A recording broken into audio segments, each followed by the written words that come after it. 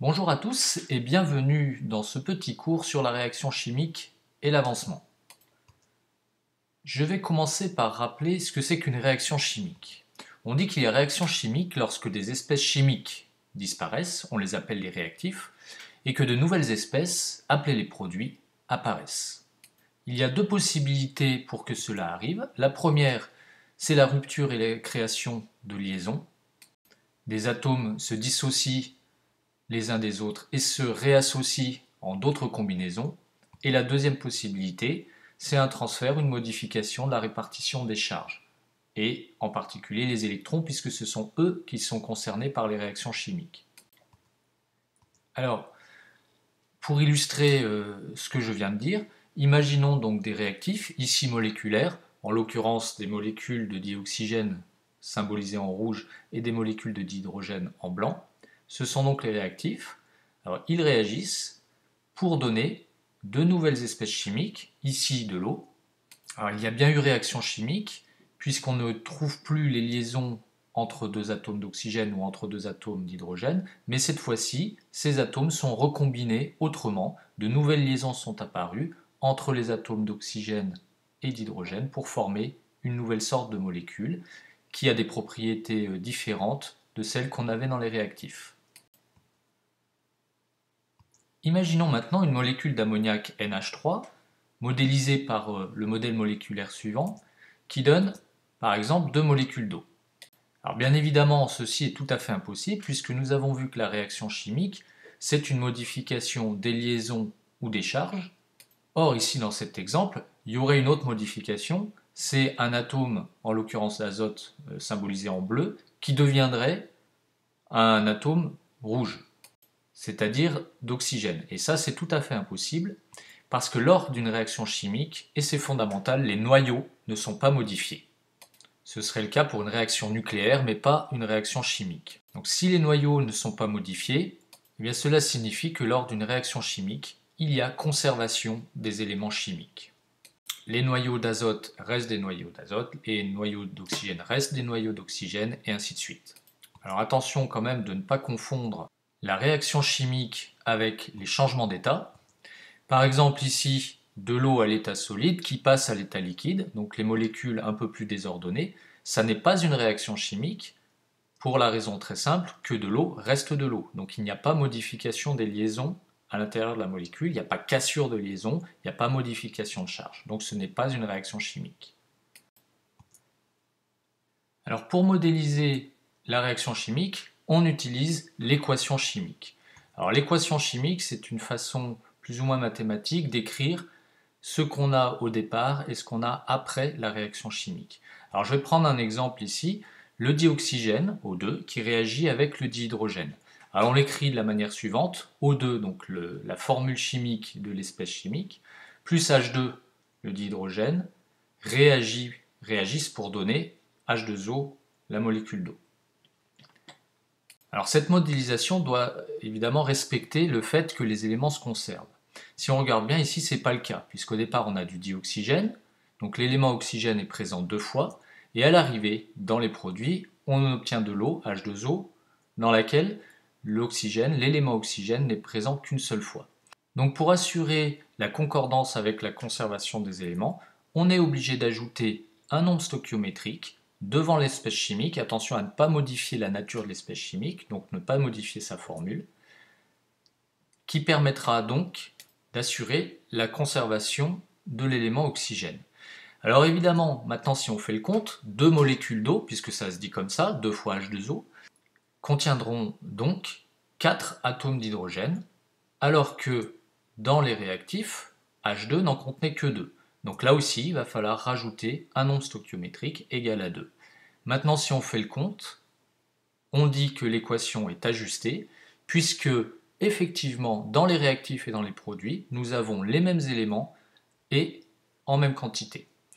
Alors, cette équation chimique traduit deux choses, montre deux choses. D'abord, les espèces qui réagissent, ici O2 et H2, et aussi les proportions de réactifs et produits qui sont mises en jeu et produits. Cette façon donc d'écrire l'équation chimique est comparable à une recette de cuisine. où on donne donc les espèces qui réagissent et leurs proportions. Cette équation se lit: une molécule de dioxygène réagit avec 2 molécules de dihydrogène, et pas une seule, pour former 2 molécules d'eau. On peut aussi utiliser la quantité de matière en disant: une mole de molécules de dioxygène réagit avec 2 moles de molécules de dihydrogène pour former 2 moles de molécules d'eau. Alors pour exploiter l'équation chimique, on utilise un formalisme qui s'appelle le tableau d'avancement. Le tableau d'avancement permet de simplifier tous les calculs liés à la réaction chimique. Alors en particulier, quand on fait une réaction chimique, c'est parfois pour synthétiser des substances. Par exemple, dans le domaine pharmaceutique, on veut fabriquer des molécules de médicaments. Eh bien, le laboratoire a besoin de savoir exactement de quelle quantité de réactif il a besoin pour fabriquer telle quantité de médicaments. Alors dans le tableau d'avancement, on met en haut l'équation chimique et on subdivise le tableau en 3 petites colonnes, chacune concernant l'espèce chimique qui est marquée au-dessus dans l'équation. Il faut d'ores et déjà savoir que dans le tableau d'avancement, on ne met comme grandeur physique uniquement les quantités de matière en mol. Ce ne sera donc pas nécessaire à chaque fois de préciser l'unité. Ce seront toujours des quantités de matière, pas des masses, pas des volumes. Dans la première colonne, on mettra l'état. Dans la deuxième colonne, l'avancement. Alors l'état, il y en a 3. Pourquoi? L'état initial, avant que la réaction commence, l'état intermédiaire, donc quand elle est en train de se faire, et l'état final, donc lorsqu'elle est terminée. Les avancements correspondants sont 0, x et x max. L'avancement est noté x. Alors pour expliquer le tableau d'avancement, je vais prendre un exemple. Je vais dire par exemple que je mets en relation à réagir 10 moles de dioxygène avec 10 moles de dihydrogène. Donc dans les cases correspondantes, dans l'état initial, je mets 10 et 10. Les deux valeurs numériques ne tiennent pas compte du nombre stoichiométrique. Là, ça veut dire simplement que je mets 10 moles de dioxygène à réagir avec 10 moles de dihydrogène. Évidemment, dans l'état initial, il n'y a pas encore eu réaction chimique, donc l'eau n'est pas encore présente, n'a pas été fabriquée, donc sa quantité est égale à 0. Dans l'état intermédiaire, lorsque l'avancement vaut x, cela signifie que j'ai fait réagir x mol de O2. Donc dans l'état intermédiaire, quelle est la quantité de matière encore présente? Eh bien ce qu'on avait au départ, c'est-à-dire 10 mol, moins ce qui a réagi, x mol, d'où le 10 moins x. Mais en même temps, le dihydrogène, évidemment, a réagi. Alors lui, on en avait 10 mol au départ, mais lorsque 1 mol de O2 réagit, d'après l'équation chimique, il y a le double, c'est-à-dire 2 mol de dihydrogène H2 qui réagissent. C'est-à-dire que quand x mol de O2 ont réagi, 2x mol de H2 ont réagi. C'est là qu'intervient le nombre stoichiométrique. Donc la quantité intermédiaire de dihydrogène est ce qu'on avait au départ, 10 mol, moins ce qui a réagi, le double du dioxygène, c'est-à-dire 2x, donc 10 moins 2x. De l'autre côté, l'eau, on n'en avait pas 0, est apparue 2x mol, puisque d'après l'équation chimique, lorsqu'une mol de dioxygène disparaît, le double apparaît en eau. Donc lorsque x mol de O2 disparaissent, 2x mol de H2O apparaissent. Dans l'état final, eh bien on recopie la ligne précédente, mais en remplaçant x par x max. Alors pour connaître les quantités de matière à l'état final, il va falloir trouver x max. Eh bien x max, l'avancement final, il est atteint lorsque l'un des réactifs a totalement disparu, puisqu'à ce moment-là, la réaction ne peut plus avancer. Alors ça se traduit par quoi? Eh bien, première possibilité, le dioxygène, dont la quantité finale est 10 moins x max, a totalement réagi. Dans ce cas-là, il n'y en a plus. Donc sa quantité de matière 10 moins x max est égale à 0. Deuxième possibilité, l'autre réactif, H2. À la fin, on en a 10 moins 2x max, donc s'il a totalement réagi, il n'y en aura plus, sa quantité de matière vaudra 0. Alors je résous ces deux équations, ici très simplement, je vous laisse le faire, et on trouve deux possibilités pour x max, soit 10 mol, soit 5 mol. Alors sur ces deux valeurs, il y en a une qui est totalement incohérente, ce sera toujours la plus grande. En effet, si on remplace dans la deuxième colonne, donc de H2 à l'état final, x max par 10 mol, on trouve 10 moins 2 fois 10, c'est-à-dire 10 moins 20, soit moins 10 mol. Or, une quantité de matière finale ne peut pas être négative, ça n'aurait aucun sens physique. Donc x max, dans sa valeur la plus grande, n'est pas correcte.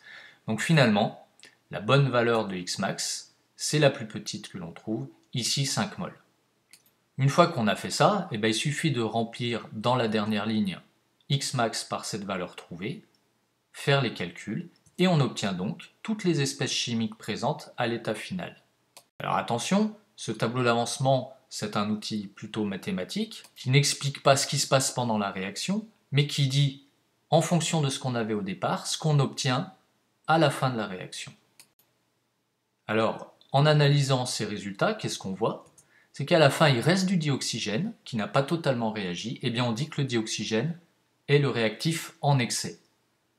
De la même façon, le dihydrogène qui a totalement disparu et qui a donc imposé à la réaction de s'arrêter est dit le réactif limitant.